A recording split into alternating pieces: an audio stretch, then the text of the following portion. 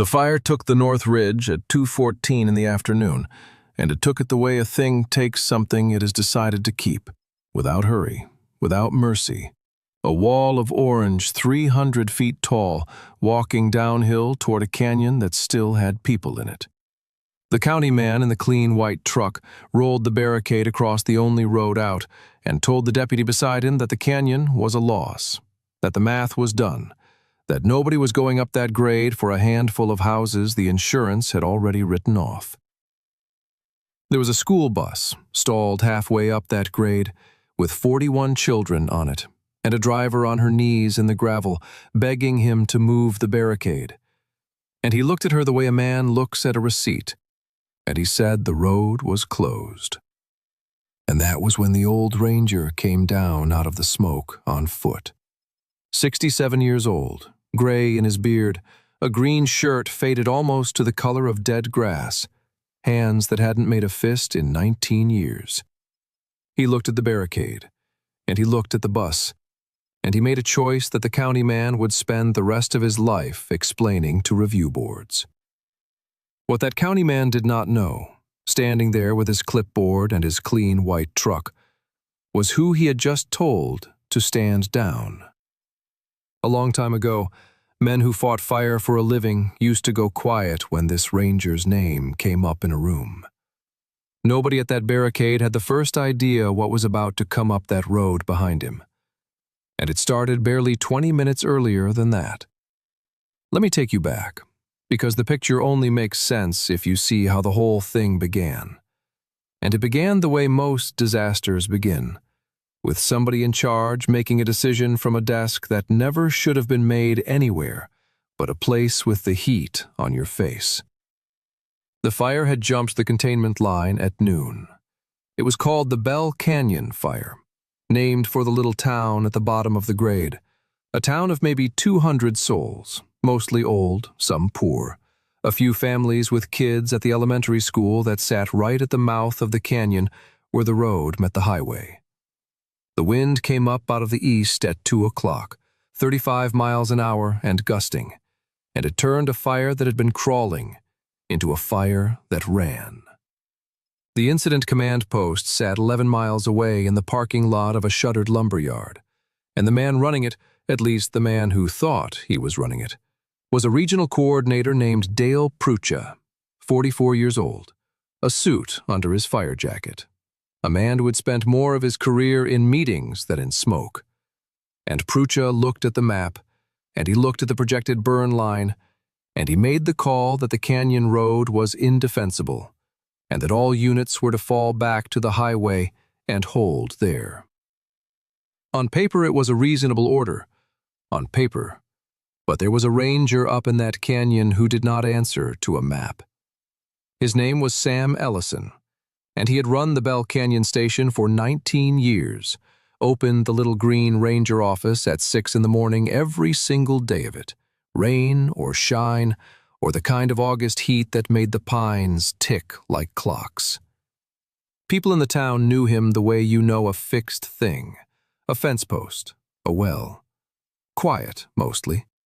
But when Sam spoke, people leaned in without meaning to. Big he was in a way that had nothing to do with size, because Sam wasn't a big man. He was lean and bent a little at the shoulders now, and his knees told him the weather before the radio did. He kept a coffee pot going in that station from 6 in the morning, and he poured a cup for anybody who wandered in, whether they asked for one or not. The hunters, the lost tourists, the county road crew, the boy. There was a boy.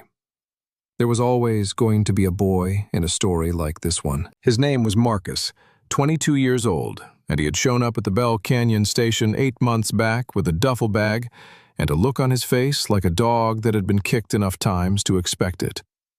Sam never asked him what he was running from. That was the thing about Sam.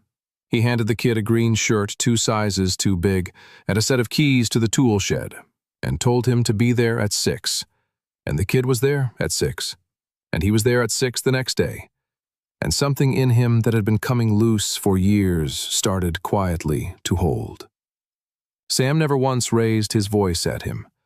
Marcus had learned early not to trust quick. And Sam knew that kind of learning when he saw it, because Sam had it too, from a long time before. They didn't talk much. They didn't need to. They cleared brush and they cut fire breaks. And once a month, rain or shine, they drove up to an old bare rock quarry, cut into the canyon wall, and cleared it all over again down to the gravel. Though Marcus never once heard Sam explain why a shelf of empty stone needed clearing when there was nothing on it to burn in the first place. They cleaned the little pump on the water truck that was older than the boy, and in the evenings, Sam would sit on the step of the station and drink his coffee and look at the ridge line the way a man looks at something he loves and does not trust. But you need to understand exactly who that old ranger used to be before you watch what he does when the wind turns. On the wall of the Bell Canyon station, behind the coffee pot, there was a photograph. It was old, the color gone soft and orange the way old photographs go. And it showed 9 men standing in front of a burned hillside with their helmets under their arms. They were young men, all of them, and they were filthy. And they were grinning the grin men grin when they have just come back from a place other men did not come back from. Sam was the third from the left.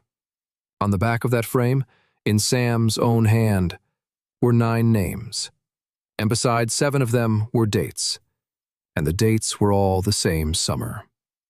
Sam Ellison had been a smoke jumper. Not just a smoke jumper, but a foreman of a hotshot crew before that, and before that, a man who parachuted into the worst country in the American West to stand in front of fires that had already beaten everybody else. For 22 years, he jumped out of airplanes into the throat of the thing. He was the man they called when a fire had gone big and mean and personal, when it had trapped a crew or run a town. And he was the man who walked out of the black carrying people who could not walk out themselves. The old firemen, the ones with the scarred hands and the missing crew members, they lowered their voices when they said his name. Because Sam Ellison had a reputation for one specific thing. He did not leave people. It did not matter what the map said. It did not matter what the coordinator said.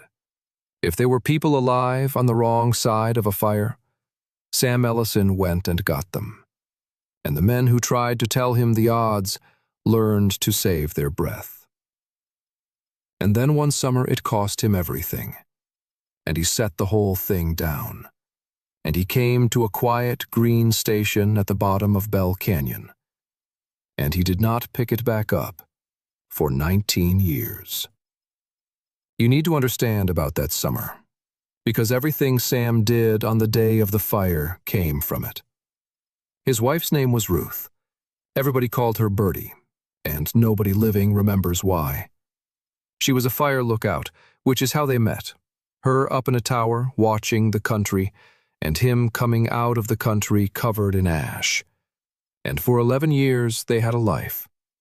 She had a way of leaving the porch light on, no matter how late he was coming down off a fire, so that the last mile of any road always ended in one warm window.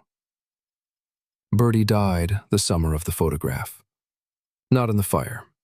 That's the part people got wrong later. She died of a cancer that took her slow across that whole fire season, while Sam kept getting called out, kept jumping, kept coming home to find her a little smaller.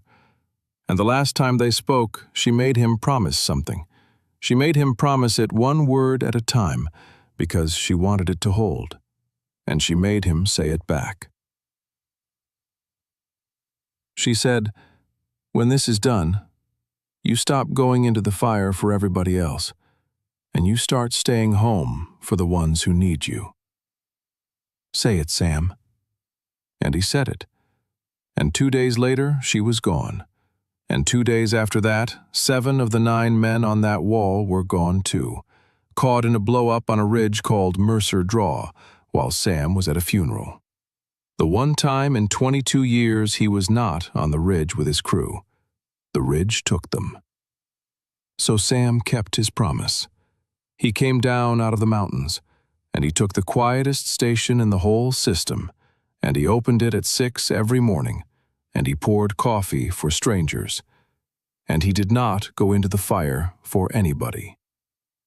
For 19 years. He told himself the promise had a shape, and the shape was this. He would stay home.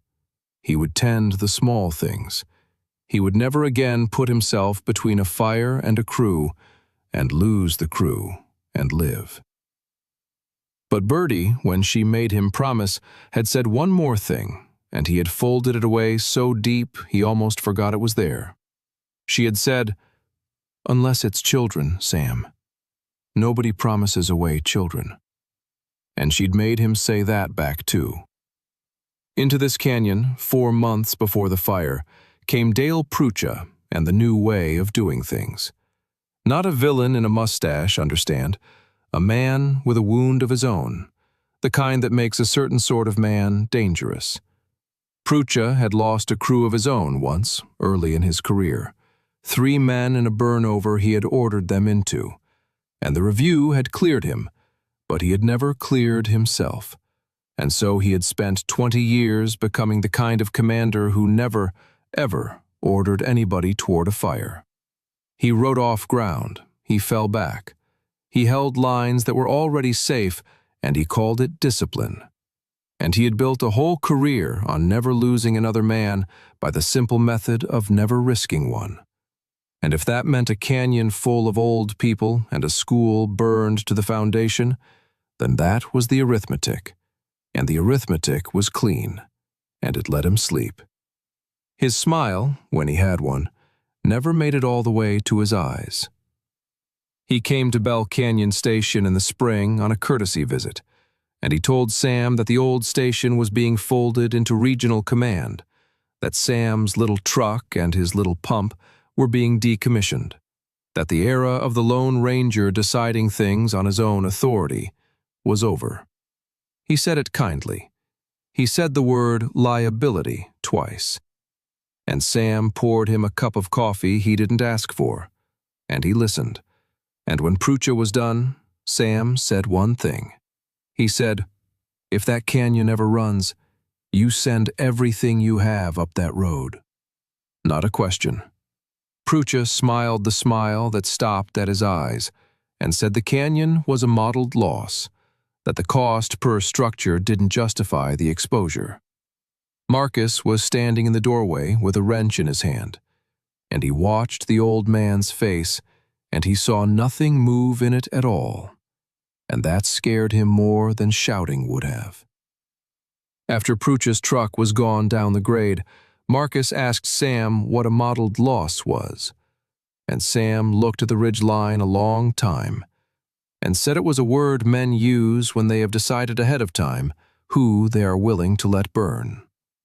And then he went and checked the old pump on the old truck, the truck that was being decommissioned, and he checked it the way he checked it every week, and he said nothing else about it at all.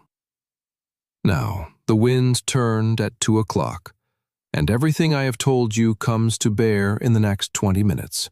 So stay with me. When the fire ran, Prucha did exactly what 20 years had trained him to do. He pulled everything back to the highway.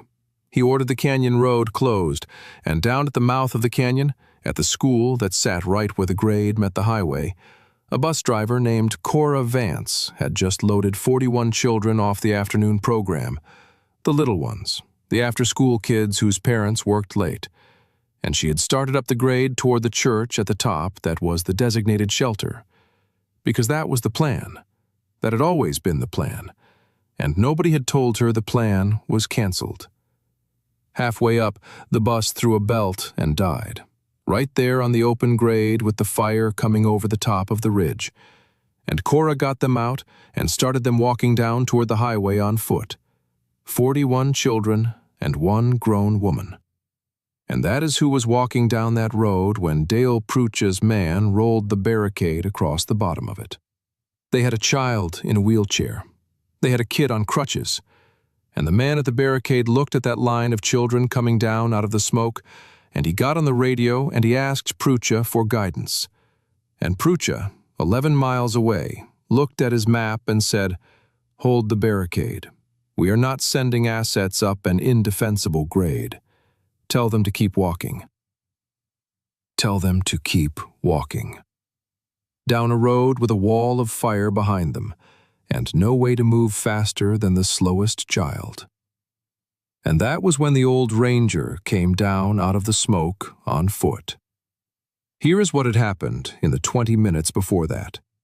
When the winds turned, Sam had been on the station step with his coffee, and he had watched the smoke column bend and lie down flat toward the canyon. And he had known, the way only a man who has spent his life reading fire can know, exactly what that meant and exactly how much time it left. He went inside. He got on the radio and he heard Prucha pulling everybody back, and he heard the barricade order, and he heard, faint under it, a woman's voice saying she had children on the grade. Sam Ellison stood in that little station for one long moment with his hand on the radio, and 19 years came down on him like a roof, and a promise made to a dying woman came up under it to meet it, and the two of them met in the middle, and he heard Birdie's voice as clear as the day she said it. "Unless it's children, Sam. Nobody promises away children." He set the radio down slow. He went to the truck that was being decommissioned, and he started it. And it caught the way it always caught because he had never once let it not be ready. And then he did a thing that Marcus would tell people about for the rest of his life, and never quite be able to explain. He did not drive down toward the barricade. He drove up, toward the fire. And when Marcus ran out and jumped in beside him, Sam did not tell him to get out. He just handed him a helmet. Now you're wondering where the 180 bikers come in, and the way it happened is the whole point of it. There's a bar at the bottom of the highway, 3 miles from the school, called the Ironwood, and it's the kind of place that on a Wednesday has 6 regulars in it, and on the last Saturday of every month has 180 motorcycles in the gravel lot outside. Because the last Saturday of every month, the Bell Canyon Fire happened to was the monthly ride and cookout of a veterans motorcycle club called the Ash Line Riders, most of them former military, a good number of them former wildland fire and search and rescue, men in their 50s and 60s who had come home from wars and from fire seasons and found that the only place the quiet in them made sense was on a bike with men who had the same quiet. And their road captain, a bear of a man named Duke Halloran, 61 years old, had done 2 tours as a combat medic and 11 fire seasons after that. And Duke Halloran had jumped fires under one foreman, one time, a long time ago, a summer he never talked about, on a crew where the foreman was a man named Sam Ellison.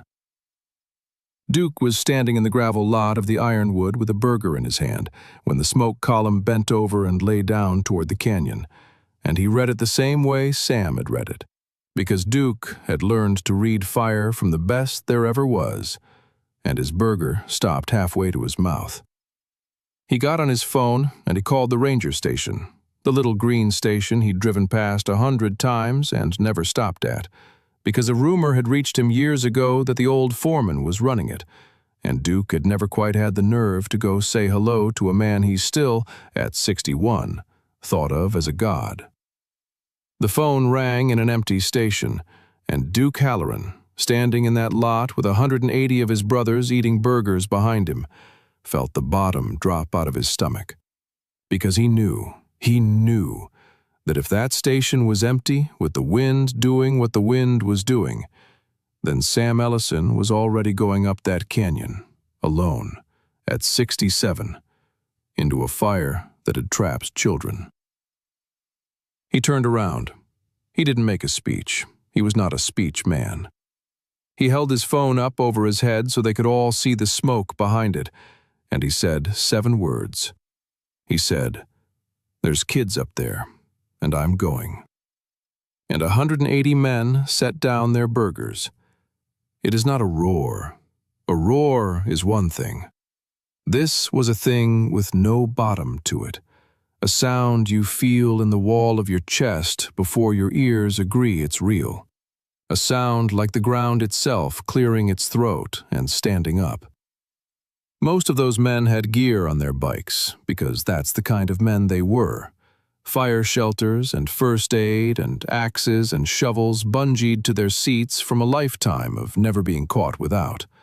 And a good third of them had done this exact work for a living. They came down the highway toward Bell Canyon in a column a quarter-mile long, and the man at the barricade, Prucha's man, heard them before he saw them. But Sam got there first.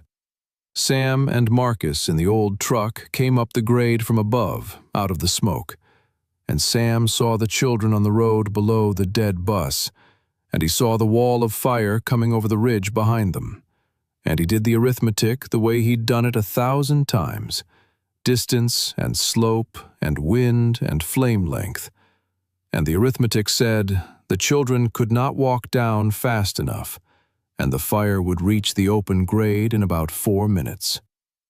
4 minutes. Down at the bottom, the barricade was closed. There was nowhere to run to, and a man who had spent 19 years believing he had set his gift down forever picked it back up in the space of one breath, and it fit his hands like he had never let go of it at all. He didn't drive to the children. He drove past them, up canyon, straight at the fire, and Marcus grabbed the dash and yelled, and Sam said one word: quiet. He said, trust. There was an old rock quarry cut into the canyon wall a quarter-mile up, a wide, bare shelf of gravel and stone with nothing on it to burn. A place Sam had cleared and kept clear for 19 years for a reason he had never told anybody. A black spot. A safe island in the middle of everything that could catch. He'd been building a refuge in plain sight for 2 decades and calling it brush clearance. Follow me, the old ranger whispered into the truck's little PA speaker, the one that hadn't worked in years, except he had fixed it. Of course he had fixed it. And his voice rolled down the grade to 41 children and 1 bus driver. Follow me. And Cora Vance, God bless her, turned that whole line of children around and marched them up the hill toward the ranger and away from the road, on nothing but the sound of an old man's voice telling them to. And that is the moment the 180 came around the bottom of the grade. They came around the bend, and they saw the barricade, and they saw Prucha's man standing in front of it with his hand up. And Duke Halloran did not even slow down. He just came off the highway and around the barricade through the ditch, and 179 bikes came around it behind him. And they came up that grade like a river that has found the crack in the dam. Prucha's man got on the radio, screaming that civilians were breaching the closure, and Prucha, 11 miles away, said stop them. And there was, of course, no one and nothing that was going to stop them. They came up out of the smoke, and they saw the children climbing toward the quarry, and they saw the fire coming down, and every single one of those men, without a word, understood the geometry of it in one glance, because most of them had spent their lives in exactly this kind of arithmetic. Duke Halloran took one look at the old man standing on the tailgate of that ancient truck directing children onto the black, and 40 years fell off him, and he was a young jumper again, and he did the only thing there was to do. He started giving orders in the old man's name. Here's the thing about 180 men on motorcycles arriving at a fire. It doesn't sound like a rescue plan. It sounds like chaos. But these were not just any men. These were men who had spent their whole lives in the exact discipline this moment required. And under Duke's voice and Sam's hand, the chaos organized itself in about 90 seconds into something a fire crew of 100 trained personnel could not have bettered.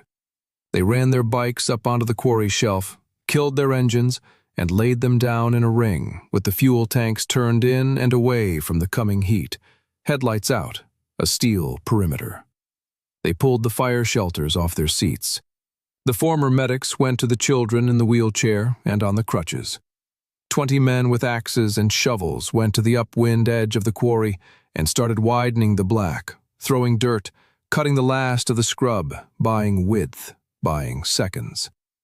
And Sam Ellison stood in the middle of it, on the tailgate of a decommissioned truck, 67 years old, and he ran that fire the way he had run every fire of his life. Calm, quiet, unhurried, calling the shots one at a time. And 180 hard men who answered to no one on earth answered to him without a second's hesitation. Because some kinds of authority don't need a badge. They just need to be recognized. And Duke Halloran had recognized it the second he heard that station phone ring empty. The fire hit the quarry at 2:31. It came down the grade in a wall, and it hit the widened black edge, and it split around it the way water splits around a stone.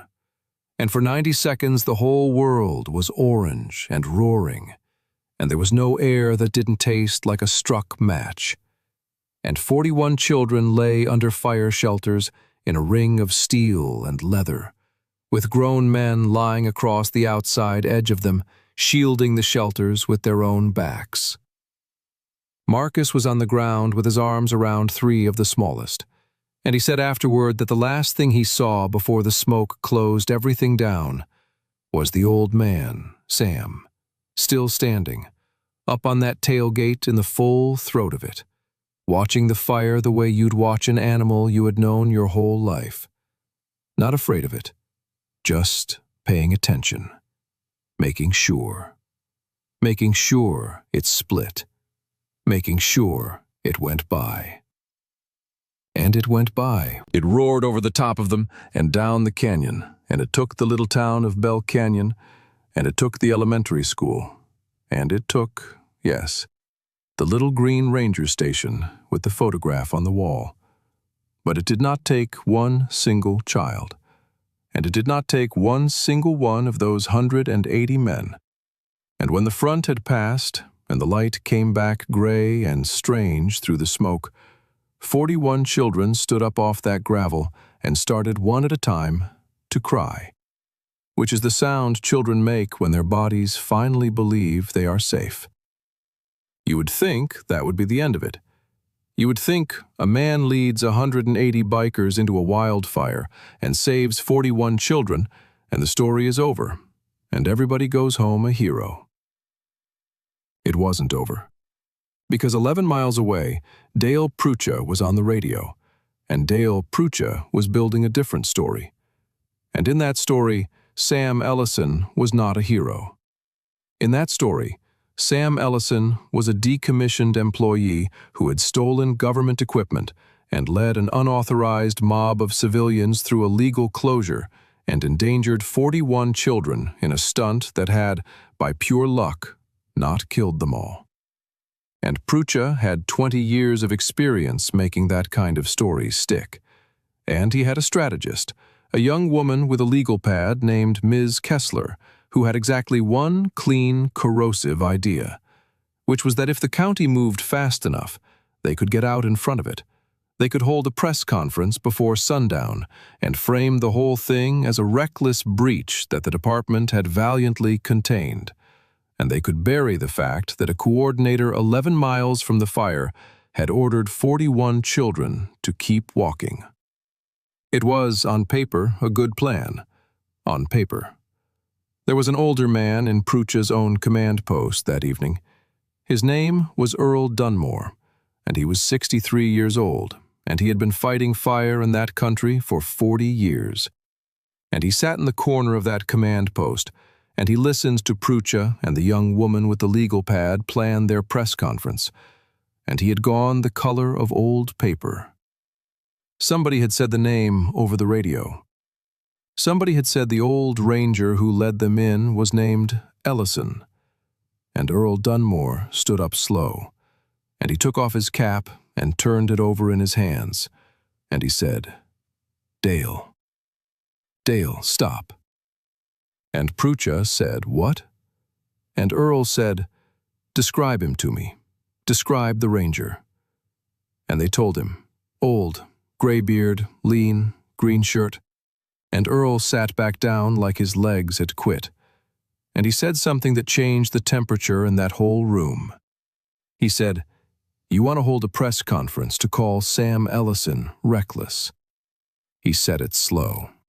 And then he told them who Sam Ellison was. He told them about Mercer Draw and the 7 names on the wall.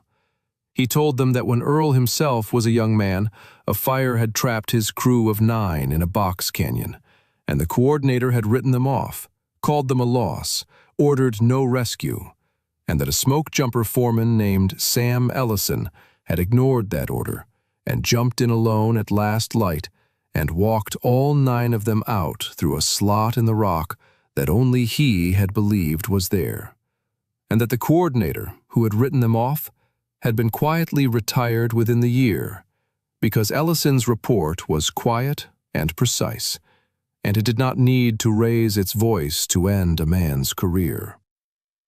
Earl looked at the young woman with the legal pad, and he looked at Dale Prucha, and he said, "You are about to stand up in front of cameras and call that man reckless. And every fireman in this state over the age of 50 is going to hear his name and know exactly who they should believe, and it will not be you." He said, "That man does not have a mob. That man has a legend, and the difference is going to bury you." And just like that, the whole shape of the evening changed, because Prucha, God help him, did not listen. 20 years of never being wrong had built a man who could not hear an old firehand telling him he was about to be wrong in front of the whole world. He told Earl to sit down. He told Ms. Kessler to get the cameras, and he drove up to the mouth of the canyon at sundown to hold his press conference on the ashes, with the barricade behind him and the burned school behind that. And he did not know, because men like Prucha never know, that the thing he was about to walk into was not a fight he could win with paper. Earl Dunmore watched him go, and then Earl Dunmore did a quiet thing. He took off his department jacket, and he left it on the chair, and he drove up to the canyon on his own, in his own truck, not in uniform, an old man going to stand where he could be counted. Now understand, the fight at the canyon that evening was not fists. It never is with men like Sam. The real siege was the press conference, the cameras, the story, and Sam Ellison walked into it exactly the way he had walked into every fire of his life, slow, unhurried, like a man who had all the time in the world. The news vans had come, drawn by the fire, and they had stayed, drawn by the rumor of 180 bikers, and by sundown there was a crowd at the mouth of the canyon. The parents of 41 children, the townspeople who had lost everything they owned, the 180 riders black with ash and standing in a loose, quiet ring, and the children themselves, wrapped in blankets, alive.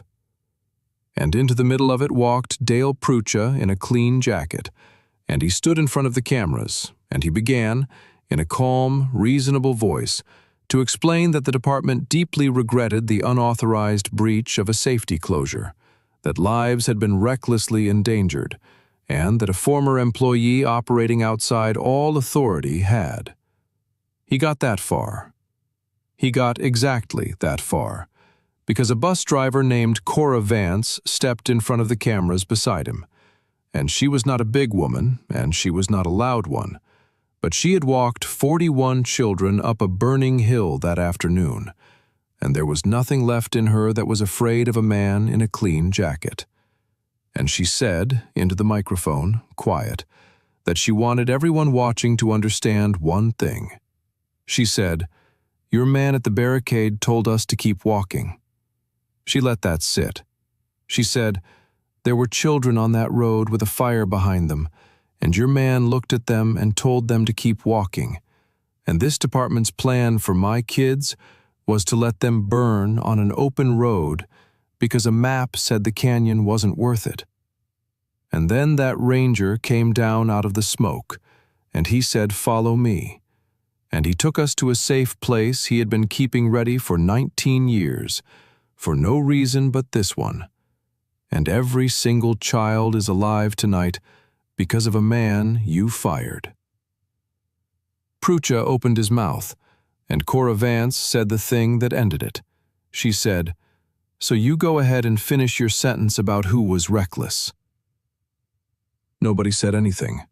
The cameras kept rolling, and in that silence, Sam Ellison finally spoke, the only time he spoke that whole evening, and he did not raise his voice, and he did not defend himself, and he did not attack the man in the clean jacket. He looked at Prucha, and he said one thing, quiet, the way he said everything. He said, "You didn't do it on purpose." He said, "You lost a crew once, a long time ago, and you built your whole life so it would never happen again. And you built it so careful, you forgot the only rule that matters." And then Sam said the thing that Earl Dunmore, standing at the back with his cap in his hands, said he would remember on his deathbed. Sam said, "You don't get to decide ahead of time who's worth going in for. Nobody gets to decide that. You go in, or you were never the kind of man who should have had the map." And Prucha's face came apart, slow, in front of the cameras, because it was true, and he knew it was true, and every fireman watching knew it was true. And there was no press conference on Earth that was going to put it back together. That was the moment. That was the whole thing. And it never took a single blow. The man was destroyed publicly and lawfully and completely by a bus driver and a quiet old man and the truth. And he ran the arithmetic himself standing there on the ashes, and he understood that it came out 0 for him in every column. He turned off his own microphone, and he walked back to his clean white truck alone, past 180 men who did not say one word to him, which was worse than anything they could have said. And he drove down the grade in the dark, and that was the last time Dale Prucha ever stood in front of a camera. They left the canyon that night the way people leave a funeral. Quiet, careful, headlights low. Nobody looking back at what the fire had taken. The parents took their children home to houses some of them no longer had. And the town of Bell Canyon began, that very night, the long, slow business of being a town again. And the machinery of consequence, once it started to turn, turned all the way. There was footage from a dozen news cameras and 40 parents' phones of a barricade held against a line of walking children. And there was a recorded radio order to keep them walking. And there were 180 sworn statements from men who had spent their lives in fire and knew exactly what they had seen. And there was a quiet 53-page report filed by a ranger named Sam Ellison that did not raise its voice once and did not need to. And within 1 month, the whole structure of the way that county ran its fires had come down. Prucha resigned before they could finish the inquiry. Ms. Kessler and her legal pad went somewhere else, and the department wrote a new protocol, and they named it, without asking him, after the ranger. And its first line said that no closure would ever again be ordered on the far side of trapped persons. And its second line said that the judgment of the man on the ground outranked the projection on the map. They should have written that line 40 years earlier. Some men had to die at Mercer Draw for want of it. But they wrote it now. And Earl Dunmore, the old man who had gone the color of paper, testified. He didn't have to. He was near retirement, and he could have stayed quiet and drawn his pension and let it lie. Instead, he sat in front of the board, and he told them everything. Mercer Draw, and the barricade, and the press conference he had begged Prucha not to hold. And when they asked him why he was testifying against his own department, he said the simplest thing. He said, I spent 40 years figuring out which side of my own life I wanted to be standing on when it was over. He said, I wanted to be on Sam's side. That's all. And afterward he drove out to where Sam had set up a folding table and a coffee pot in the gravel lot of the burned station. Because of course Sam had a coffee pot going again within a week.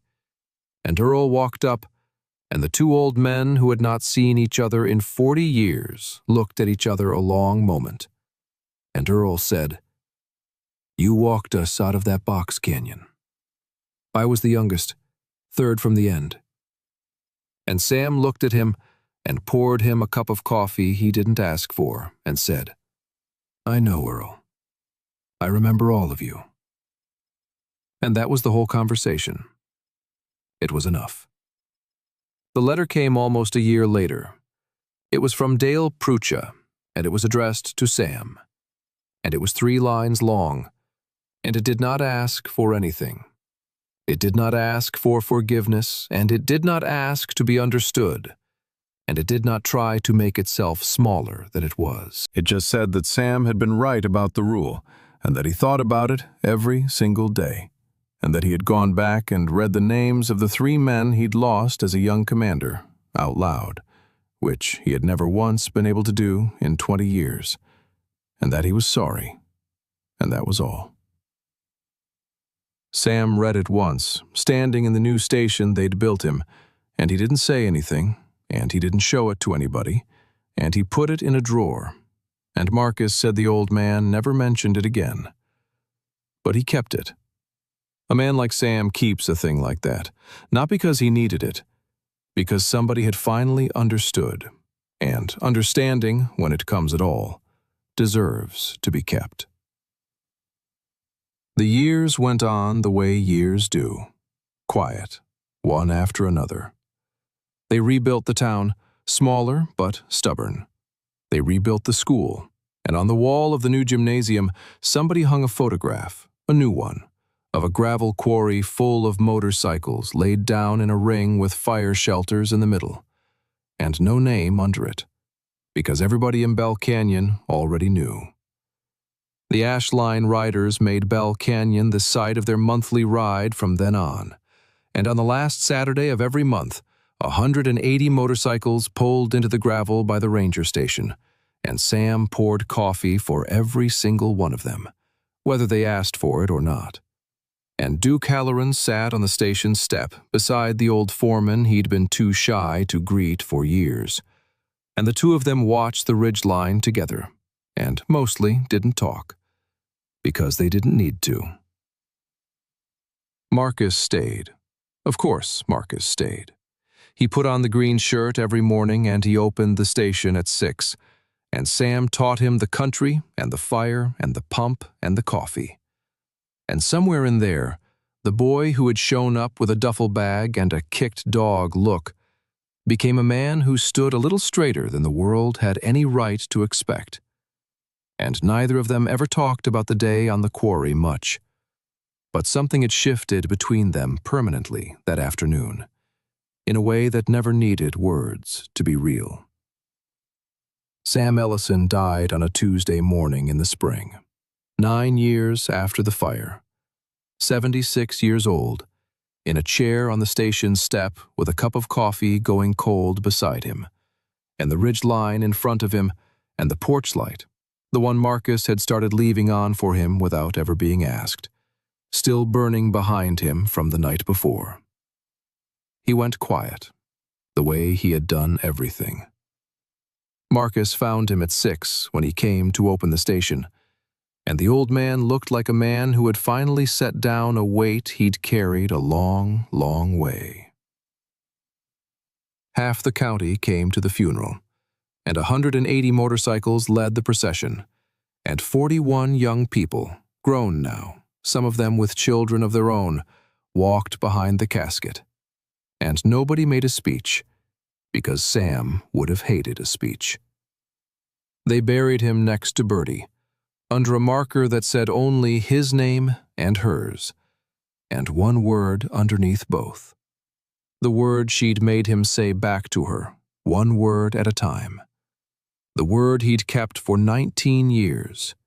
And then, once, for exactly the right reason, broken. The word was follow. They never decommissioned the old truck again. It sits in the new station's bay to this day, the ancient pump on the back kept oiled and ready by a man named Marcus, who checks it every single week the way he was taught, the way an old ranger checked it for 19 years and never once needed it, until the one morning he did.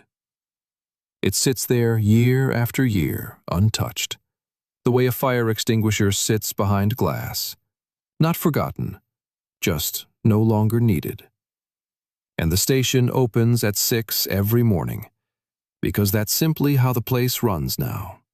And there is always coffee, and it is always poured for whoever wanders in, whether they ask for it or not. Because by then, everyone who needed to know already knew exactly who Sam Ellison had been, and exactly who he'd chosen to become instead.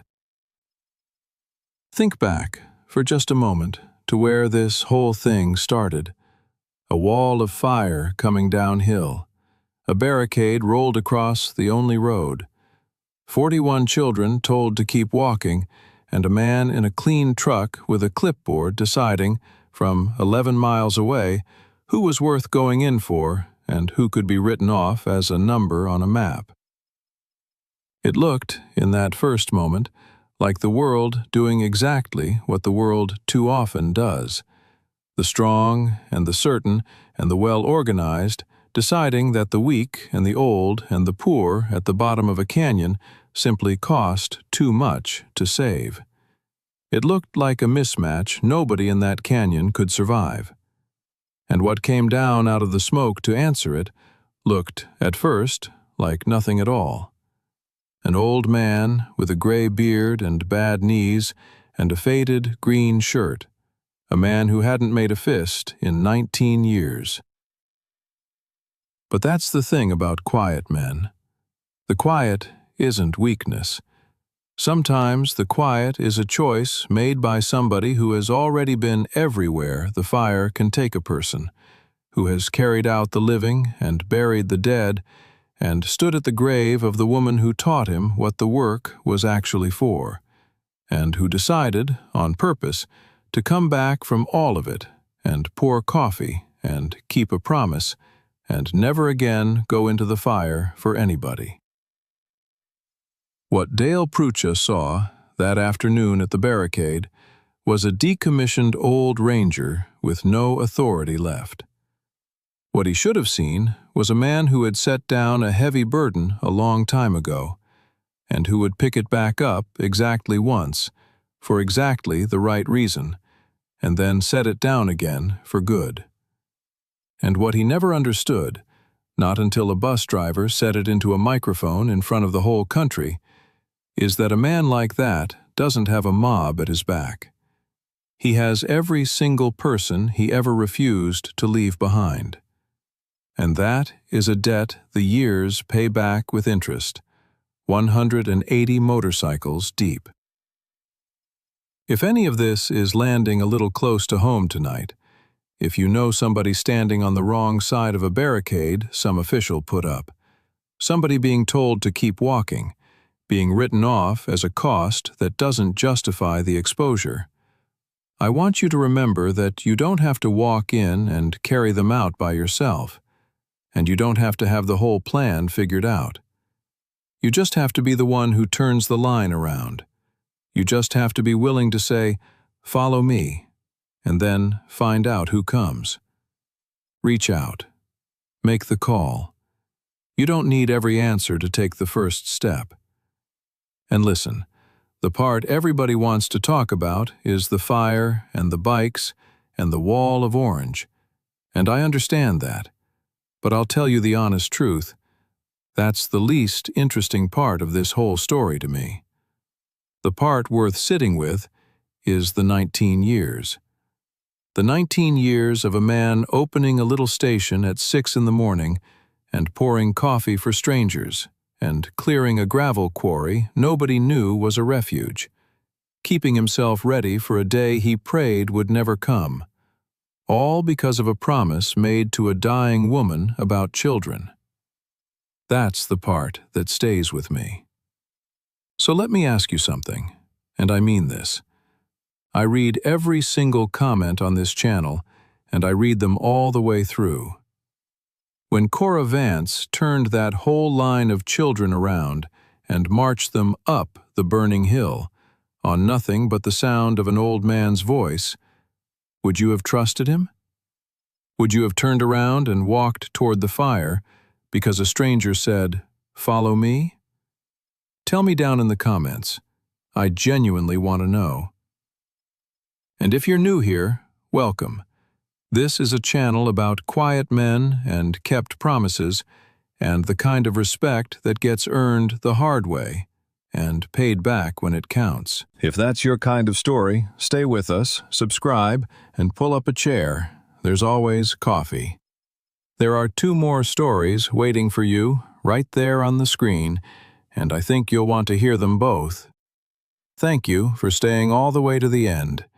It means more than you know that there are still people out there who care enough to sit still for a story about a man who kept his word.